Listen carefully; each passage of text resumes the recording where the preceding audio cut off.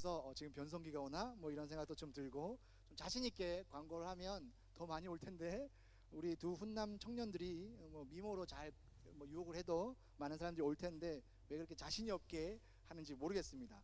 또 한 청년은 너무 떨리는지 막 떠는 것 같더라고요. 다음 주에는 제가 청년부 설교는 아니지만 구경 올 텐데 더 멋진 모습으로 광고해 주시기를 부탁드리겠습니다. 예, 제가 2004년 7월 3일 날짜를 꼭 기억합니다. 그날이 제 생일이었기 때문에 청년부 사역을 시작해서 2014년 10월 마지막 주를 기점으로 청년부 사역을 마무리하게 되었어요. 처음에 청년부를 사역할 때는 나는 평생 청년부를 사역하는 사역자가 되겠다라는 생각을 했는데, 많은 청년부 사역자들이 청년부 사역을 그만두는 결정적인 이유는 체력이 안 돼서입니다. 요즘에 장성호 목사님께서 밤낮을 무릅쓰고 청년 사역하시는 모습을 볼 때마다 나는 저렇게 못하는데 참 두렵다라는 생각이 듭니다. 근데 감사하게도 오늘 초청해 주셔서 함께 말씀을 나눌 수 있게 돼서 참 감사하게 생각합니다. 그런데 막상 설교를 준비하면서는 엄청난 스트레스를 받았습니다. 오늘 하늘문을 여는 기도라는 제목으로 함께 말씀을 나눌 텐데요. 나누기 전에 옆에 계신 분들하고 인사를 나눌게요. 어떻게 인사하냐면요, 만약에 예쁜 게 죄라면 당신은 사형감입니다 라고 함께 인사를 나누겠습니다. 인사 시작. 만약 예쁜 게 죄라면 당신은 사형감입니다.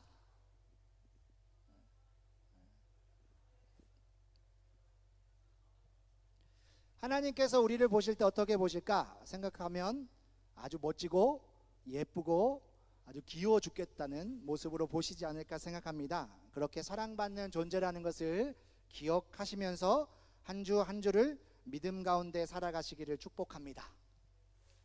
요즘 사는 게 어떠세요? 쏘쏘합니까? 그저 그렇습니까?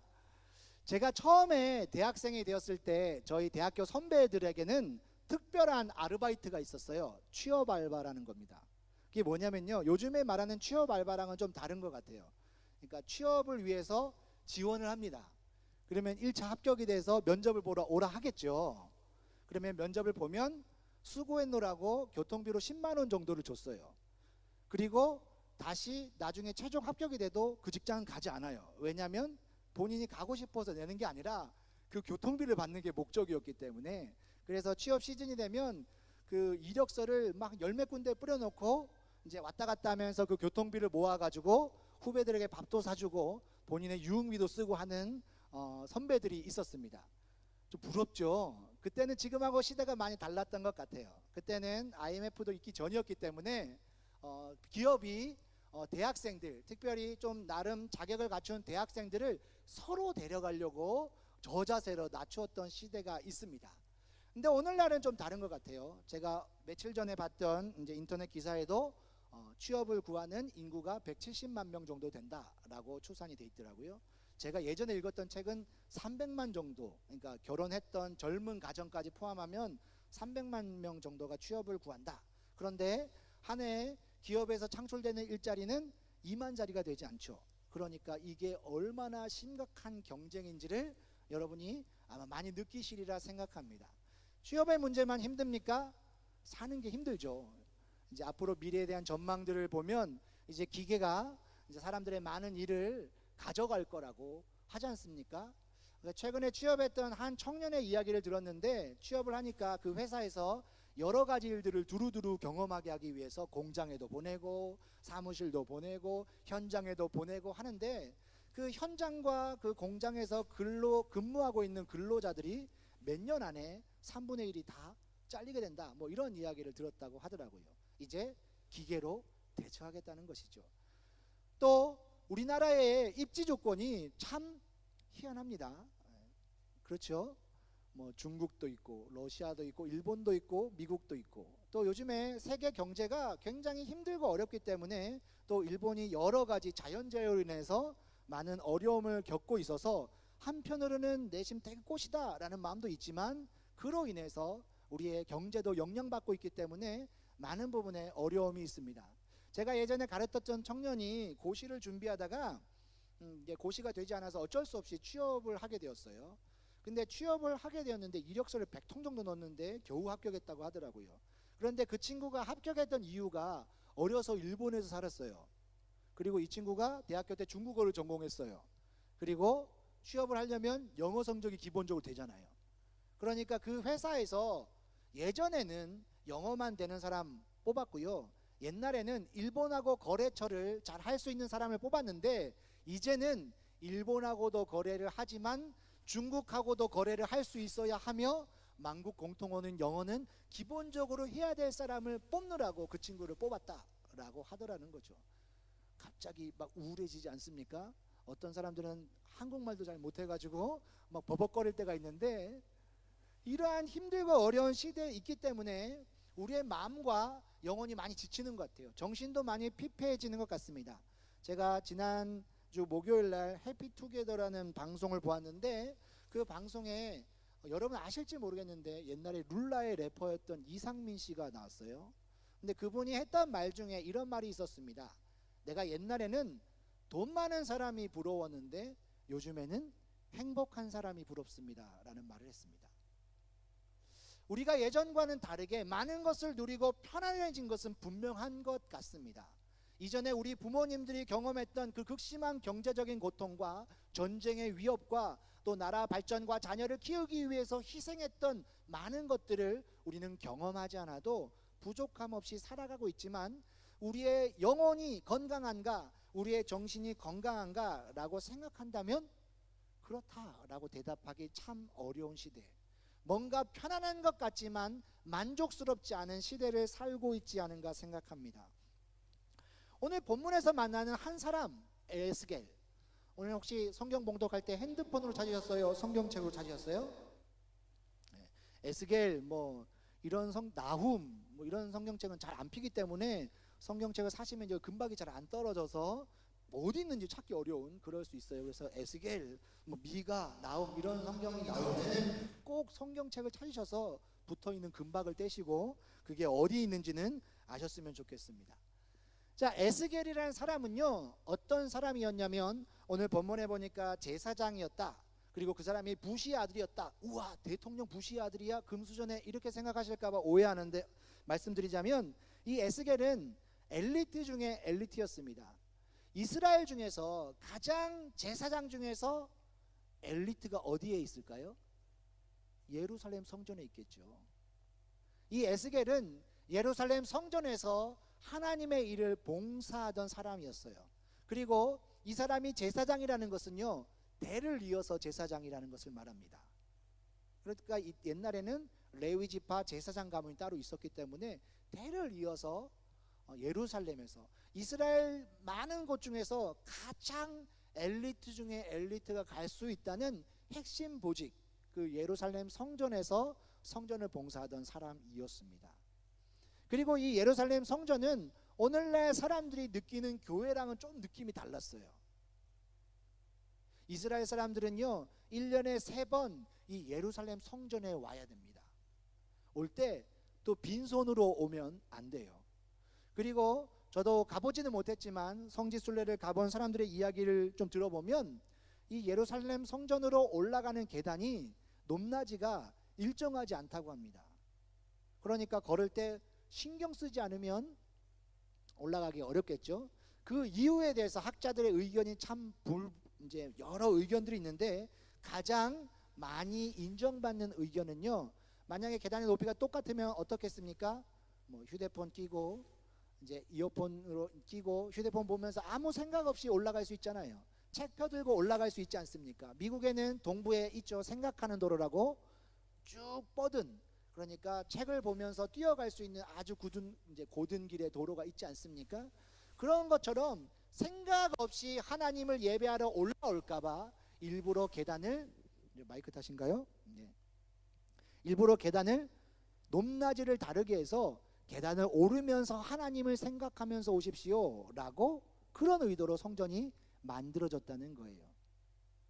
그러니 이 예루살렘 성전이 그 나라 사람들에게 미치는 영향력이라는 게 얼마나 크겠습니까? 그리고 그 성전에서 봉사하는 제사장의 역할은 얼마나 중요하겠습니까? 그 사람이 바로 에스겔이었어요. 그런데 문제가 생겼습니다. 이 예루살렘에 있는 남유다라는 나라가요, 바벨론에 의해서 3번에 걸쳐서 공격을 받게 되거든요. 첫 번째 공격하고 나서 바벨론이 그 나라 중에서 가장 뛰어난 인재 중에 인재를 데리고 갔어요. 이때 갔던 대표적인 인물이 다니엘입니다. 다니엘이 왜 끌려갔는가? 그가 왕족, 귀족이었기 때문에 끌려간 거예요. 두 번째로 침공했습니다. 그 땅에 전문가 중에 전문가들을 다 끌고 갔습니다. 그때 끌려갔던 대표적인 인물이 오늘 본문의 에스겔이었어요. 즉 내가 남유다 땅에서 예루살렘 성전에서 봉사하면서 많은 사람들에게 인정받고 존경받는, 이제 이 에스겔은 앞날이 탄탄대로와 같이 예비되어 있는 그 시대 중에 종교적 엘리트 중에 엘리트였는데 바벨론에 의해 포로로 끌려가서 낯선 땅에 덩그러니 던져진 거예요. 그런데 여러분도 아시겠지만 이 에스겔이 나름 전문인이라 끌려왔는데 이 에스겔이 잘할 수 있는 게 뭡니까? 하나님을 예배하는 것이잖아요. 하나님을 예배하는데 전문가이지 않습니까? 그런데 바벨론이라는 것은요, 하나님을 예배하는 나라가 아니에요. 에스겔이 거기서 무언가를 하고 싶어도 하나님을 예배할 수 있는 성전이 없습니다. 뭘 할 수가 없어요. 예배를 드리러 오는 사람도 없어요. 그가 이전에 배웠던, 어릴 적부터 엘리트 교육을 받았던 그 모든 지식들이 아무짝에 쓸모없게 된 그 처절한 현실이 바로 오늘 본문의 에스겔입니다. 나이가 어렸을까요? 오늘 1장 1절에 보면 몇 살이라고요? 30살이라고요.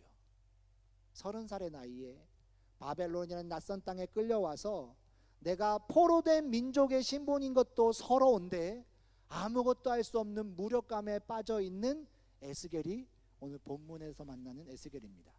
자, 그러면 여러분과 에스겔을 비교해 봅시다. 누가 좀 더 나은 것 같습니까? 혹시 이 중에 나는 에스겔만도 못한 정말 힘들고 어려운 시간을 살고 있습니다 라는 분 계십니까? 그렇다면 하나님께서 에스겔에게 부어주셨던 것보다 더 큰 은혜를 경험하셔서 다시금 일어나는 은혜가 있기를 주님의 이름으로 축원합니다. 아마 대부분의 사람들은 내가 힘들고 어렵지만 에스겔만큼은 아니에요 라고 대답하지 않을까 생각합니다. 그런데 에스겔이 이 힘들고 어려운 상황에서 어떻게 했던가? 사람은요, 육적인 존재입니다. 그래서 먹는 거, 자는 거, 쉬는 거 아주 중요합니다. 그렇기 때문에 여러분이 육체적인 필요를 채우지 않고 무작정 기도한다고 해서 하나님의 은혜가 막 임하지 않을 수 있어요. 그러니까 육체적으로도 잘 하셔야 됩니다. 근데 사람은 정서적인 존재이기도 합니다. 우리나라에 뭐 좀 알려진 교회이죠. 미국의 윌로우 크릭 교회라는 교회가 있습니다. 여기 교회에 빌 하이벨스 목사님이 이 교회를 처음으로 개척해서 엄청나게 성장을 시켰고, 이곳에서 드려지는 예배가 모델이 되어서 한국에 들어와서 온누리 교회가 열린 예배다라고 해서 예배를 채용했어요. 그래서 많은 교회들이 윌로우 크릭 교회의 모습을 본받곤 하는데요. 이 빌 하이벨스 목사님이 본인의 저서에서 쓴 얘기 중에 이런 얘기가 있어요. 내가 육체적으로도 충분히 쉬었고 하나님을 매일매일 만나는 뜨거운 영적인 체험이 있음에도 불구하고 뭔가 이상하다고 느껴서 왜 그럴까 생각해 보니 너무 하나님의 일을 하느라고 매진하느라 자기의 정서적인 필요를 채우지 않은 거예요. 혹시 여러분 중에서도 그런 분이 있을지 모르겠습니다. 요즘에 뭐 사는 게 힘드니까 뭐 아르바이트하고 공부하고 사람들 만나고 굉장히 바쁘게 삽니다. 나름 보람있고 충성되게 삽니다. 또 교회 와서도 열심히 봉사하고 예배드리고 합니다. 그런데도 뭔가 마음속에 채워지지 않는 공허함이 있다면 하나님께서 여러분을 감정의 존재로 만드셨는데 그 정서적인 필요를 무시하고 있지 않은가 생각해 보셔야 합니다.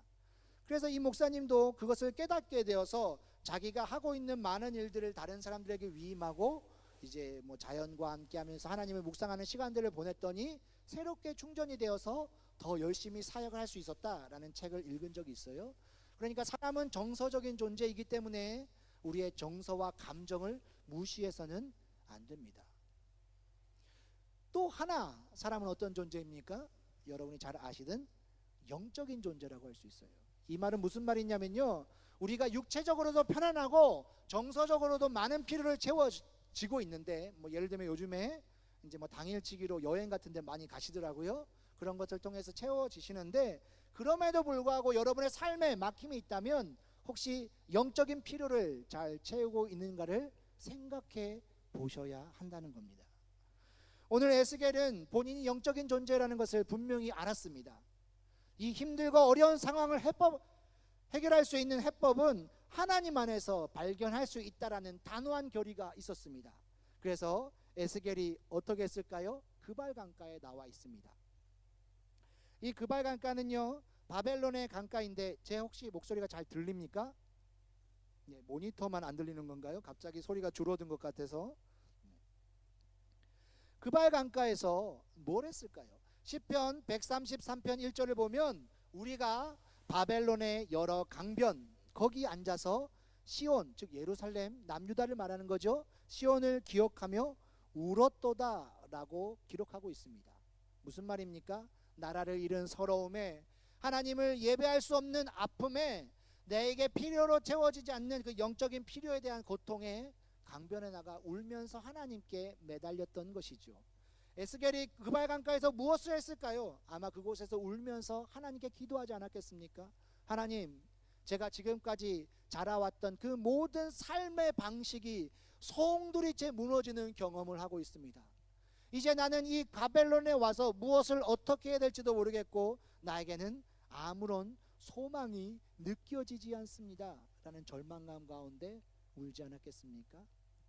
이제 내 힘으로 어떻게 할 수 없는 이 문제, 살아계신 하나님께서 해결해 주시기를 기대하며 기도합니다 라고 말하지 않았겠습니까? 그랬더니 어떤 일이 일어납니까? 하늘이 열리며 라고 되어 있습니다. 하늘이 열렸다 라고 되어 있어요.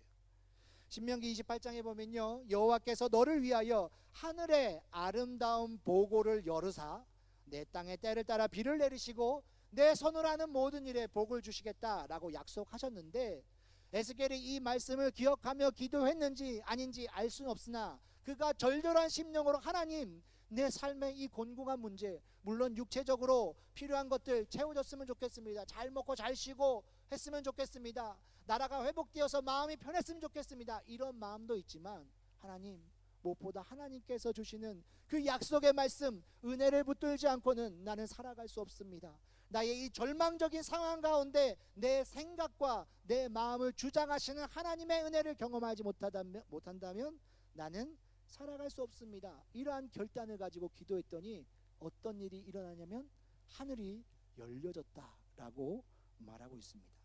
하늘이 열려지고 나서 어떤 일이 일어납니까? 그는 하나님의 비전을 봅니다. 에스겔 중에서 가장 유명한 내용이 있습니다. 에스겔 37장에 나오죠. 어떤 내용이냐면요, 에스겔이 어느 날 하나님 환상 가운데 어떤 골짜기를 데려가셨는데 그 골짜기 천지가 뼈들로 가득 찬 골짜기예요. 근데 그냥 뼈가 아니라 아주 마른 뼈였습니다. 그러니 에스겔이 갔던 그 골짜기는 어떤 골짜기입니까? 죽음의 골짜기, 절망의 골짜기인 것이죠. 그런데 하나님이 에스겔에게 말씀하시는 거예요. 인자야, 너는 내 말을 대언하라. 그래서 에스겔이 하나님의 말씀을 대언했더니 그 뼈들이 갑자기 두두두둑 조립되기 시작하더니 그 위에 살이 입혀지고 사람들이 다 일어서더라는 거죠. 그럼 또 하나님 말씀하십니다. 너는 또 내 말을 대언하라. 그래서 하나님 말씀을 대언했더니 그들에게 생기가 들어가서 그들이 여호와의 군대가 되었더라 라는 기록이 에스겔 37장에 나오고 있습니다. 이게 에스겔이 본 거예요. 에스겔이 절망 가운데 고통 가운데 본 것이 무엇이냐면 그 어떤 불가능도 가능케 하시는 하나님의 능력을 본 것입니다. 나에게 필요한 것은 나라가 회복되어서 마음이 편하고 내가 그곳에 가서 엘리트 코스를 받으면서 많은 것을 누릴 수 있는 육체적인 편함도 필요하지만 무엇보다 이 절망과 고통 가운데 하나님이 어떤 분이시고 하나님이 내게 어떤 약속을 주시고 하나님이 나를 통해 어떤 일을 이루기를 계획하시는지를 알고 싶은 그 마음이 더 절절했다는 거예요. 그래서 에스겔은 기도 가운데 하나님께서 주시는 비전을 본 것입니다.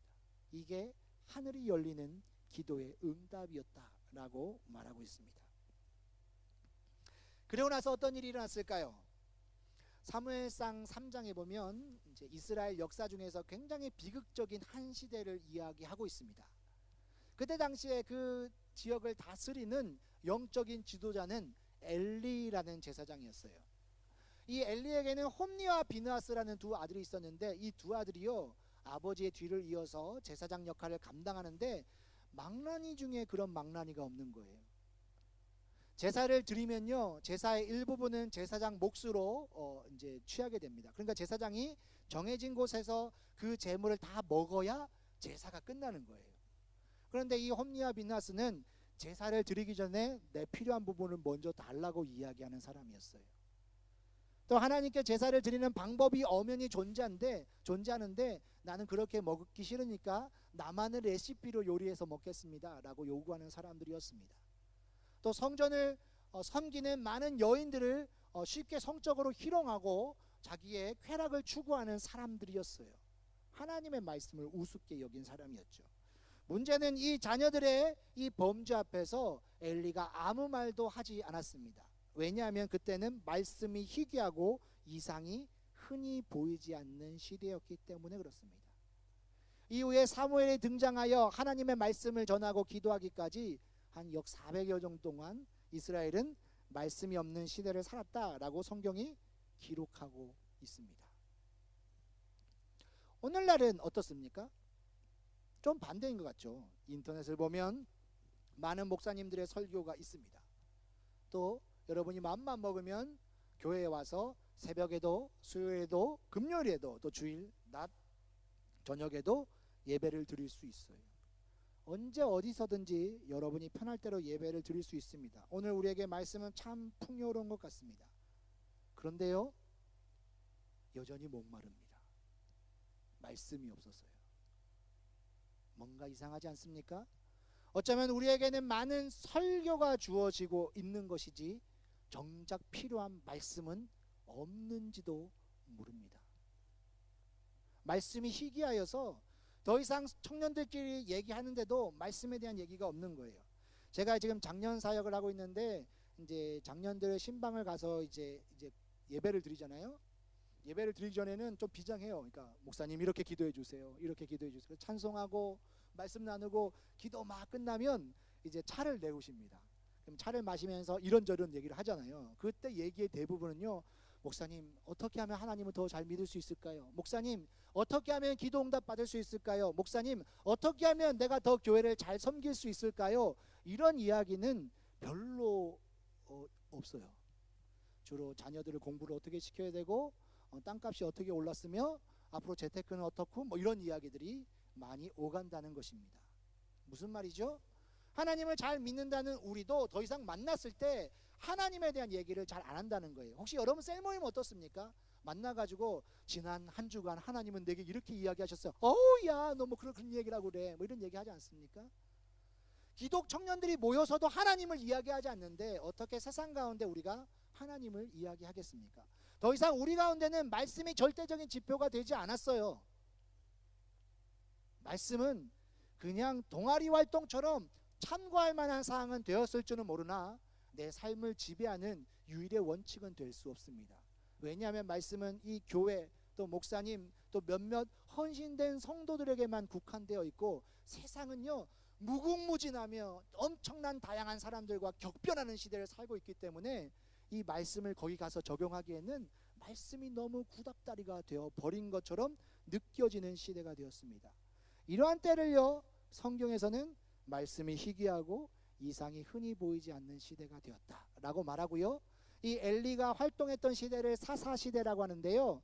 이 사사시대 혹시 여러분이 성경을 읽으면서 사사들에게 하나님이 놀라운 능력을 주셔서 늘 승리하게 하셨기에 사사시대는 놀라운 승리의 시대다라고 생각하시는 분이 있다면 그렇지 않다는 의미에서 정확하게 말씀드리자면요.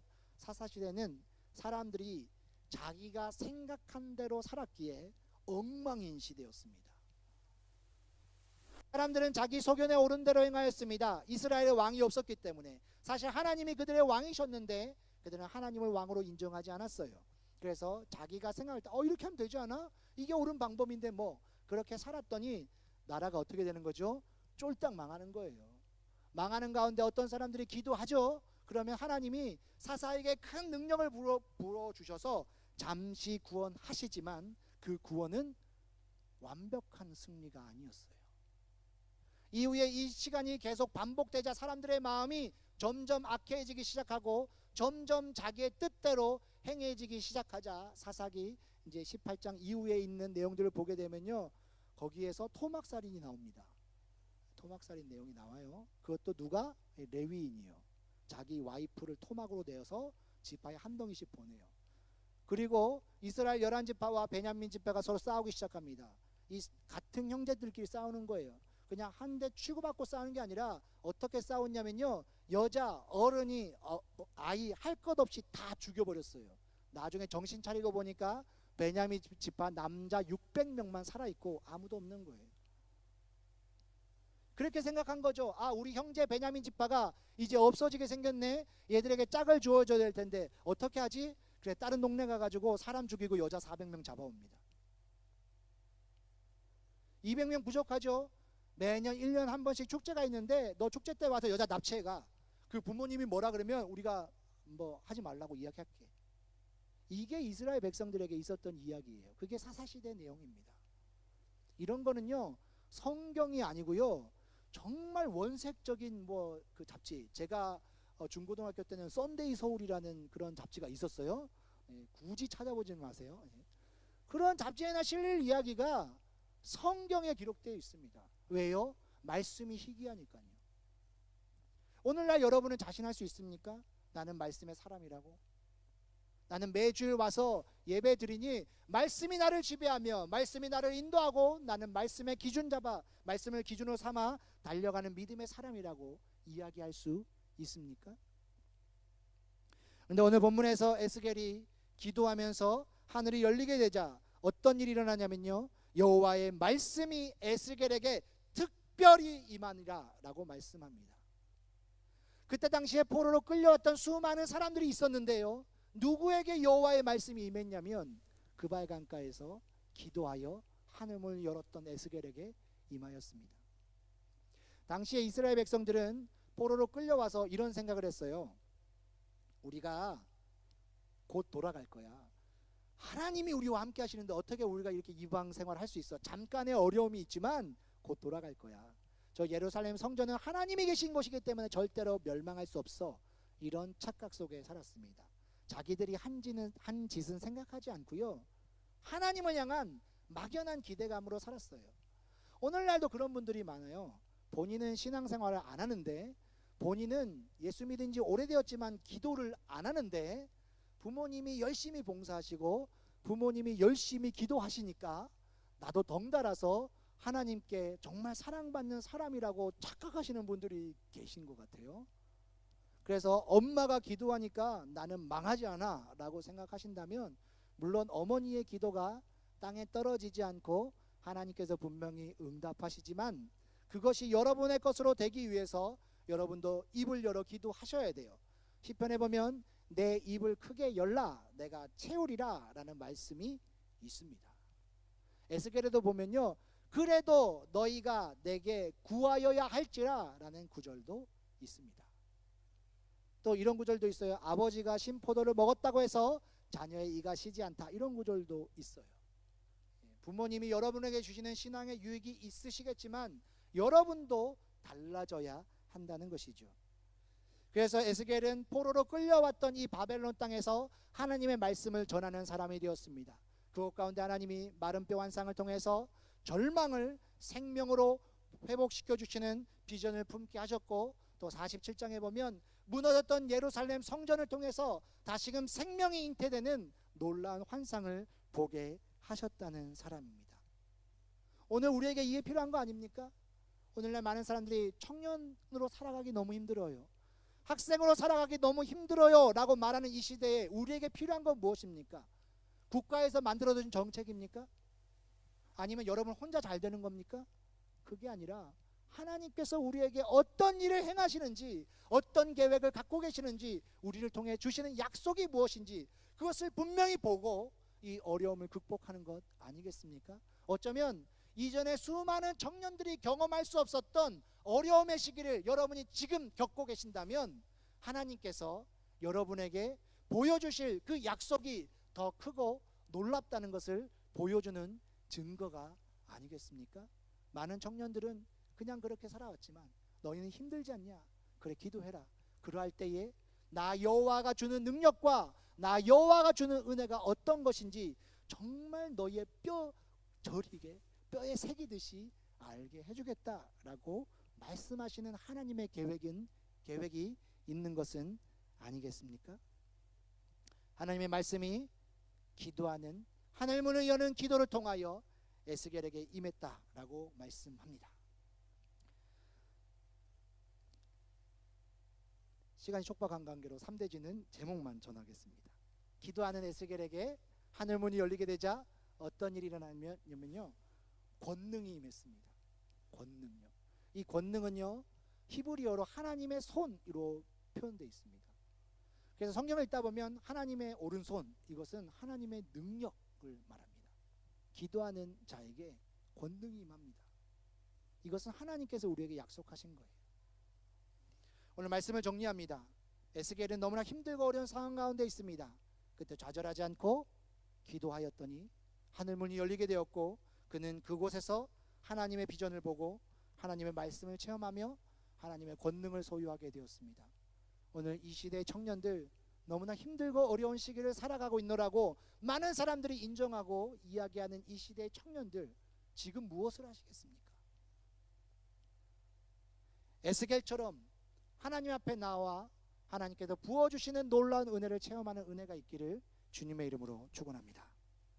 기도하겠습니다.